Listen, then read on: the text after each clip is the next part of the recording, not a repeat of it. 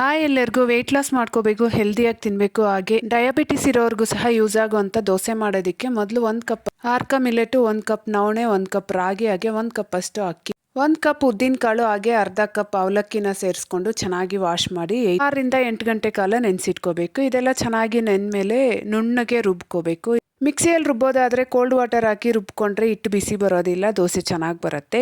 ಹಿಟ್ಟನ್ನು ಕೈಯಲ್ಲೇ ಮಿಕ್ಸ್ ಮಾಡಿಕೊಂಡು ನೈಟ್ ಎಲ್ಲ ಫರ್ಮೆಂಟ್ ಆಗೋದಕ್ಕೆ ಬಿಡಬೇಕು. ಬೆಳಗ್ಗೆ ಚೆನ್ನಾಗಿ ಫರ್ಮೆಂಟ್ ಆದಮೇಲೆ ಉಪ್ಪನ್ನ ಸೇರಿಸ್ಕೊಂಡು ಮಿಕ್ಸ್ ಮಾಡ್ಕೊಂಡು ಇದಕ್ಕೊಂದು ಟೇಸ್ಟಿಯಾಗಿರೋ ಚಟ್ನಿ ರೆಡಿ ಮಾಡೋಣ. ಚೆನ್ನಾಗಿ ರೋಸ್ಟ್ ಮಾಡಿರೋ ಕಡಲೆ ಬೀಜ, ಹಸಿಮೆಣಸಿನ್ಕಾಯಿ, ಒಣಮೆಣಸಿನ್ಕಾಯಿ, 3 ಎಸಳು ಬೆಳ್ಳುಳ್ಳಿ, ಸ್ವಲ್ಪ ಕೊತ್ತಂಬರಿ, ಪುದೀನ, ಕರಿಬೇವು, ಹಾಗೆ ಅರ್ಧ ಈರುಳ್ಳಿನ ಹಾಕಿ ಸಣ್ಣ ಗೋಳಿ ಗಾತ್ರದಷ್ಟು ಹುಣಸೆ ಹಣ್ಣು ಸಹ ಸೇರಿಸ್ಕೊಂಡು ರುಚಿಗೆ ಬೇಕಾಗಿರೋಷ್ಟು ಉಪ್ಪು ಹಾಕಿ ರುಬ್ಕೊಂಡ್ರೆ ಚಟ್ನಿ ರೆಡಿ ಆಗುತ್ತೆ. ಚಟ್ನಿಗೆ ಯಾವಾಗಲೂ ಖಾರ ಒಂದು ಸ್ವಲ್ಪ ಮುಂದಾಗಿದ್ರೇನೆ ಟೇಸ್ಟ್ ಚೆನ್ನಾಗಿರುತ್ತೆ. ಈ ದೋಸೆನ ಸ್ವಲ್ಪ ತೆಳುವಾಗಿ ಹಾಕ್ಕೊಂಡ್ರೆ ಟೇಸ್ಟ್ ಚೆನ್ನಾಗಿರುತ್ತೆ.